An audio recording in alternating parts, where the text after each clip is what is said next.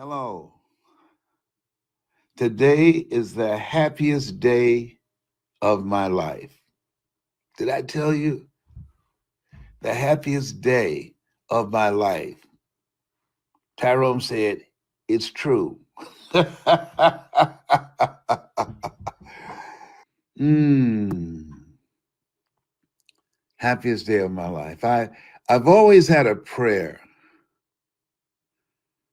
that one day I'll be able to see the face of my father and my mother. So April 7th, my prayer was, Father, give this to me if it's for my highest good. If not, give me its equivalent or something better for anything that I desire. That's the prayer that I put out there. And so my son Calvin, who's been searching for his grandparents for the longest, he achieved what appeared to be the impossible. I'm 76. And so I didn't think it was going to be possible. I knew that because of my age, they probably had passed. But I didn't think that what I'm about to share with you and show you, and I just want your comments on it.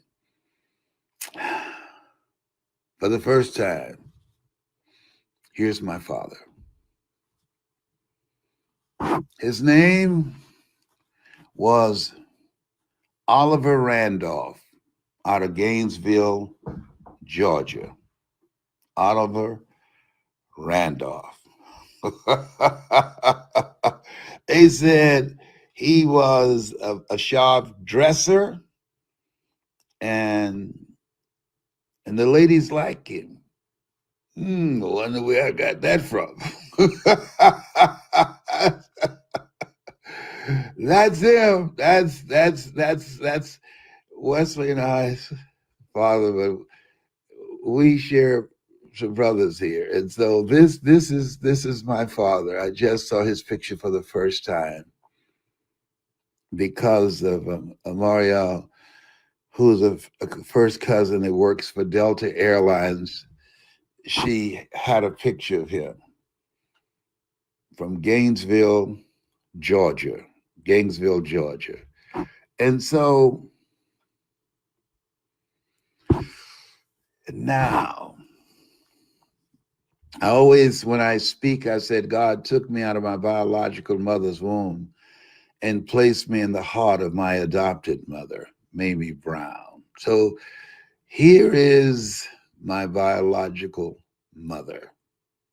Some of you in the Gainesville area and in Georgia saw my mother. She was a fierce motivational speaker. I wonder where I got that from. And they said she could play a piano so good she could make the piano walk. And not only was she a great speaker, but she also was a pianist and she could sing. And they said she was funny. She was a comedian. Okay. I said, come on. You gotta be kidding me. Yes. And so your grandmother, Beulah Rucker Museum, the Beulah School that taught African American kids how to read, they said she was hungry. Listen to this, hungry to learn.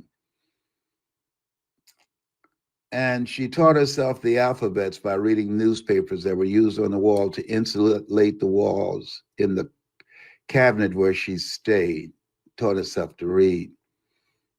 She went to a college and they asked for money and she held her hands out and said, these two hands can work. And the headmaster turned her away and she came back again. Sounds familiar? She was hungry to learn and held her two hands out again and said, these two hands can work. And so the principal, the head of the school, he let her in.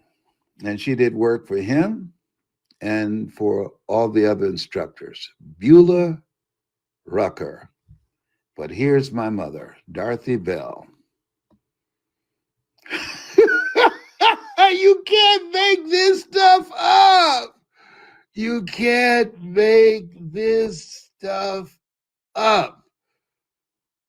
Can you believe this? that's that's the person that God took me out of my biological mother's womb. Yes. Hey, hey, Toller, I want you to cue up Mama holding Wesley and I. Okay, cue that up and put that there so I can break that up. And then when Wesley and I were little boys, put those two there. Put those two slides there. So that's Dorothy Bell. Dorothy Bell Rucker.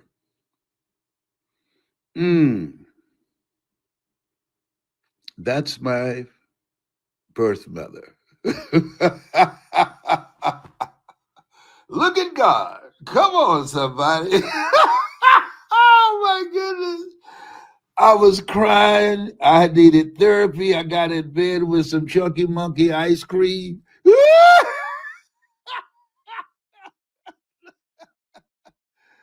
I didn't know what to feel. Oh my goodness. I've got a niece. Greer, are you there? I don't know. I have a niece that she aspires to become a motivational speaker. I got a brother named George.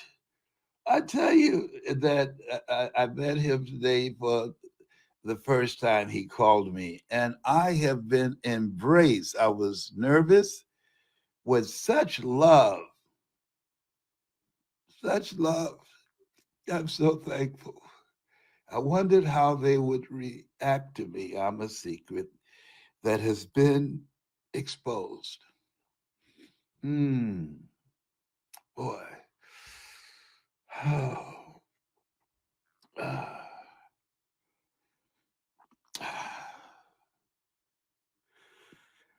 Well, I didn't know.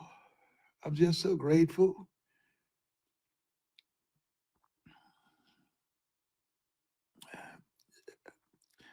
They spoke so lovingly to me. They didn't shun me. They didn't hang up on me. George called me back. Oh boy.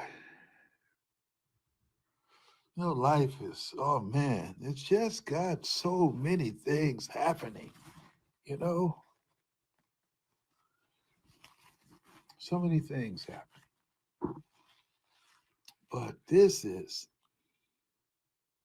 been incredible. I showed the pictures to my twin brother, Wesley, and he said, Leslie, for the second time in my life, I heard these words come from my brother.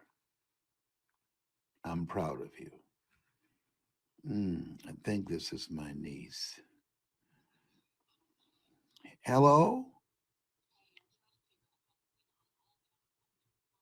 Hold this minute. What'd you say? I'm here, but I don't know how to get in. I've never talked on a Facebook. Oh, no. You don't have to. I got you. I'm going to do it on the telephone. Oh, okay. All right. People can hear you. Yes. Yeah. Oh, no, you don't have to. I got you. I'm going to do it on the telephone. Okay. So you got to turn down the volume in the background. Hey, Toller, can you take down the images on the right side so I can see the comments of people, see what people are saying? Would you do that for me, Toller, please? So this is Greer. This is Greer. This is my niece. Hello, Greer. How are you? I'm well. Hello, everyone. Yeah. Wait a minute, Toller, are you still there? Let me see if Toller. He's my engineer, and I want to find out if he's still orchestrating things. He wears a lot of hats. Yeah, can you move the images on the right so I can talk to my niece and I can see the comments of people? Absolutely. Thank you so much. Let me see here what people are saying. Yes, and so all right, Greer. Yes. Okay, now tell me now. So Dorothy Bell is your Grandmother. grandmother. She's my mother, but she's your grandmother. What do you Yes. remember about her? Everything that you were saying about her is correct. She was an amazing woman. She was a motivational speaker. She was a comedian. She took me everywhere on her speaking engagements and her community involvements. She was a woman who made sure that the children of the Gainesville community was well taken care of. And it was beautiful to watch. As an adult now, I wish I would have paid attention more to some of the things that she was doing. I didn't realize how important it was then, but looking back on it and her legacy, and even now in Gainesville, Georgia, people still bring her name up. And when they see me, they always tell me stories about my grandmother. She touched many lives, many, many lives. And so Beulah Rucker, who started the school. Yes. Yes. Beulah is my great grandmother, your grandmother. Yes. Wow. And so she was known. She went to the college and said, "These hands will work." And they turned her That's away right. the first time. Then she went back a second time. What happened the second time? They went ahead and accepted those hands at Savannah State. At Savannah State University, and that's how she paid her way through college. Savannah State University, and that's how she paid her way through college, by working? Yes, by using her resources, such as her hands and whatever else that they needed, her mind, whatever was needed, since she couldn't pay. But, we all have things that we can use to pay for things, using our resources. And that's what she did. Wow. Let me talk to my brother, please. Okay, here he is. Hello. Hello, how are you? I'm fine. I'm your older brother. Yeah, I know that. I thought I was a top dog, but I guess I ain't no more. Okay. Yeah, you look like me. So that's why I know you're a good looking man. You look like me. All right, I received that. Absolutely. Yeah. What did you think when I called to talk to you this morning? I say we need to talk. That Dorothy Bell was my mother, and you immediately said, "What?" I said, "Yes, she's my mother." And you said, "That makes us brothers." That's right. Yeah, but at first I thought you was a telemarketer, because I'd seen it, and I was, people be calling, and then when you said that and started talking, and you mentioned Dorothy Bell, I said, this the real thing. When you told me about my mother and what she had done, and I said, man, you didn't hear me, but I threw a little water too out there. Yeah. Oh yes. Yeah, I cried a little bit. But yeah. I'm just so glad this day will live in infamy. Yes, it will. Yes, it will. Man, tell me about our mother. Well, she was, on the other side of the coin, that she was a good mama. She really was. And she would always do, in fact, I probably know 90% of all of her speeches that she made up. And I would travel around with her, and I'm kind of like my daughter. At that time, I didn't care about a lot of things, but she taught at my grandmother's school. See, my grandmother Beulah, our grandmother, our grandmother Beulah, at the first veteran school in the state of Georgia for black off-white. And she started that.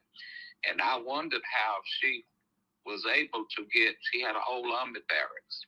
And I was wondering how she was able to do that. And after research, and I found out she and Eleanor Roosevelt was good friends. I said, oh, that's how that happened. And wow. she was able to get some things done. And she also, it was called a Butyric Industrial High School, because they taught bricklaying to the, she didn't teach it, but she had teach bricklaying to the veteran that got out of school, got out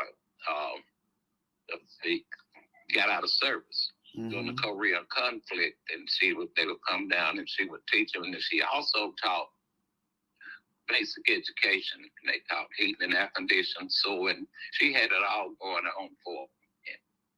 And at the time, this was just unheard of for a woman of color to be able to do these kind of things in the early 50s, and late 40s. This was just unheard of. And I think about a lot of times, has she been coming on now with all the resources, no telling what she had done, but that was her time. And our grandmother, she ran a boarding school too for kids who couldn't afford to pay. Couldn't afford to be there, but what she would do, my grandmother wouldn't give you anything. You had to work for it. And so she would have girls staying in one part, boys in the other. So she had a half a day of training for the girls, half a day of training for the boys. They had to work. To show you how she was, she ran a little store, sold sodas for a nickel. I remember asking her, I said, Grandma, that's what we call her. I said, can I have a soda? She said, you got a nickel? I said, no. She said, well, you go there and move that lumber and I'll give you a soda. Now, she just believed in you working. And that's what her philosophy was. Wow. And my mama taught school there. My grandmother, and there was two other teachers that taught. And if I wished it, I don't wish it, because God had his plan for us, and we met at this time, and it was a reason. It's a reason for this. You know what I mean? Yes. Yes, I do. Yes. What? And I'm at peace with that. Yeah. I'm sure that she's looking from the other side, celebrating that we finally met. Yeah, found each other. That's right. Our mother was she entertained so much that people would call her just to do and she not only would sing, play, say speeches, she could do a whole hour and a half of performances and with different things. In fact, I know a lot of them. Maybe we get together sometime. I'll tell you some of them. She was a remarkable woman. Wow. Oh, you want to hear a little short one of hers? Yes. Are you a Muslim? Huh? Yes. Well, I went to church just the other day. The preacher was preaching in the good old-fashioned way. He was discussing the Bible so good that I began to holler. I found myself in the flow just a while. Deacon came up and said, how does you feel? I said, I feel so good from my head to my heel. He said, that's it, brother. That's it. That's what you're supposed to feel.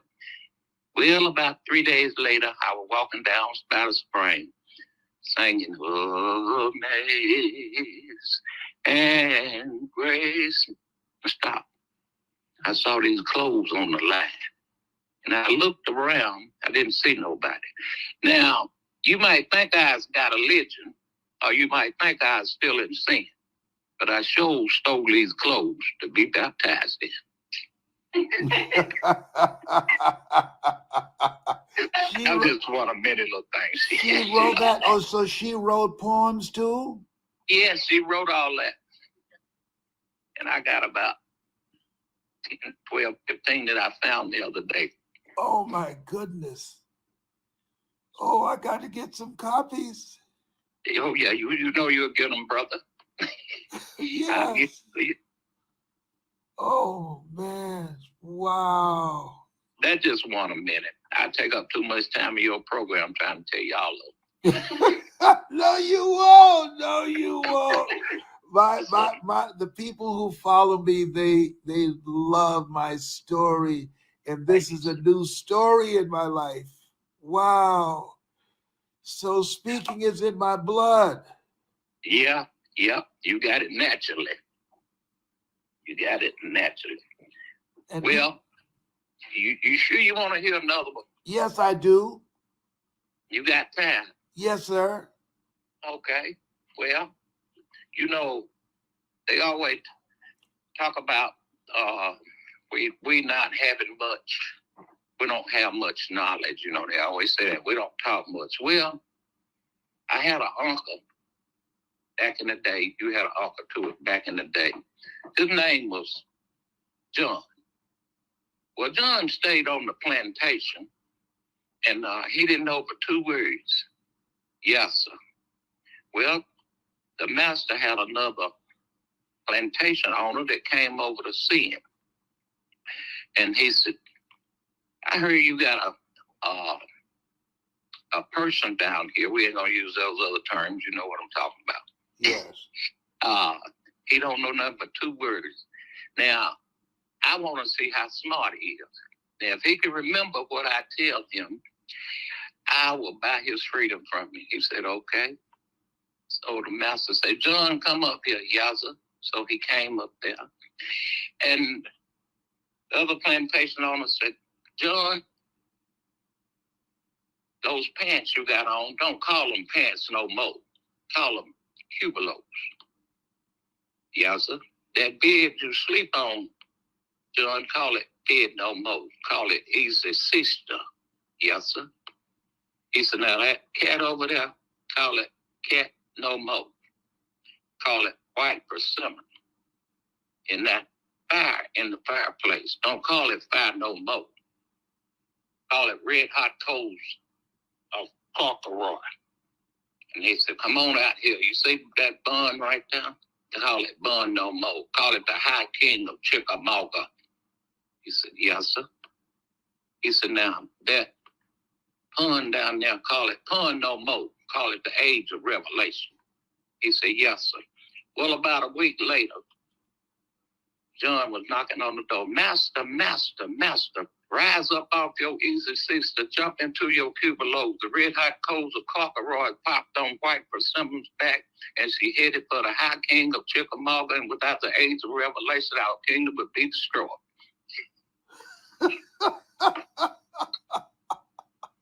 Wow. So she wrote, she was a comedian, she sang, she played the piano, she spoke. Yeah. And that's how John got his freedom, see? So use your mind. Use your mind. Boy. And so our grandmother, how does she learn how to read? Our grandmother. Yes, Beulah. You just saw the newspapers on the wall. She learned the alphabets and learned how to read from that. The article said about her said she was hungry to learn. Yes, that was our grandmother. And my new book is called "You've Got to Be Hungry." That's pretty good. Wow. That's good. Look at God. I said, you got to be hungry. That's the title of my book. And the subtitle of it is The Greatness Within to Win. She was hungry to learn and started a school for kids and adults. That's right. Man. That's exactly right. She did that. And she always felt that you shouldn't be given anything. You need to work for it. And she gave us something to do. She has some property that she sold to some people that never did pay her. She died before they paid her, but they couldn't pay her, so she would let them work, and she signed the papers for them to get their houses built. But it didn't seem to bother her. Money was not an issue for her. She knew how to make it. And she would have my mother, she would have what they call a little social on Saturday nights, and you paid a nickel to get in. Now, we had an old bus, and I'd drive it around and pick up folks. And she would have them to come in. You had to pay a nickel. If you didn't have no nickel, you had to sweep a floor or something to get in. And that's what she did. She just believed and you had to pay. And at 10 o'clock, every Saturday night at 10 o'clock, it was over. She just blinked the lights twice. And you know it was over. To give you an example, my wife and I was staying in the house up there, and we had some friends in and having a little get together. And at 10 o'clock, them lights blinked, and she was already dead. It blinked twice. And I said, okay, y'all got to go. That's what you're talking about. I said, y'all got to go. I know what that meant. And I brought them out because I knew she was saying it's time to go. And I knew that by them lights blinking twice. Wow. Oh, man. That is just incredible. Well, George, I'm so glad this is the happiest day of my life, meeting my other brother. Thank you so much. Y'all received me with such love. All right. Well, we're going to be seeing each other real soon. I'm coming to now. Where do you live? I live in Oakwood, Georgia. Oakwood, Georgia. Okay. And I'm in Ackworth. And I'm coming to, we got to get together in Gainesville. I got to come to the museum where our grandmother has a museum honoring her work. Yes, and we have a educational building there that we can have a small get-together with the rest of the family. Okay. That sounds great to me. Okay, thank you for all your time, brother, and I'm sorry I took up all your time. Now, you ain't got nothing to say. Oh, yes, I got a lot to say. I want to thank you and your wife and my niece for receiving me, and I can't wait to connect with my brother and the rest of the family to let us know that we have finally got the last piece to the puzzle. All right. God bless you. Thank you. God bless you as well. Thank you. Bye now. Bye-bye. Oh, boy. That's my brother, George Rucker. Oh, boy. Oh, wow. Oh, me. I tell you, this thing called life.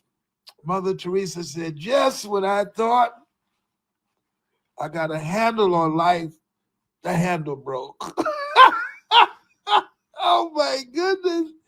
Who would have thought? Oh, my goodness. I got to collect myself after talking to my brother, George Rucker.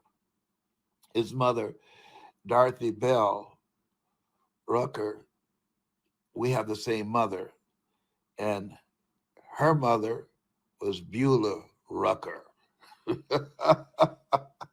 And we got Ruckers everywhere, Randolphs and everything else. Wow. I just wanted to share this with you.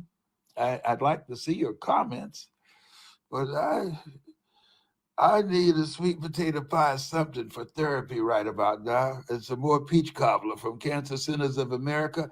I went yesterday. They said, Mr. Brown, your PSA, which stands for prostate-specific antigen, is 0.0 minus 1. 0.0 minus 1. Look at God. Come on now. Oh, boy. Oh, boy. I'm so thankful. All this is happening. I'm so thankful. Oh, boy. I'm so thankful. I'm here because it's God's grace and mercy, and He granted me my wish. Thank you all. Thank you.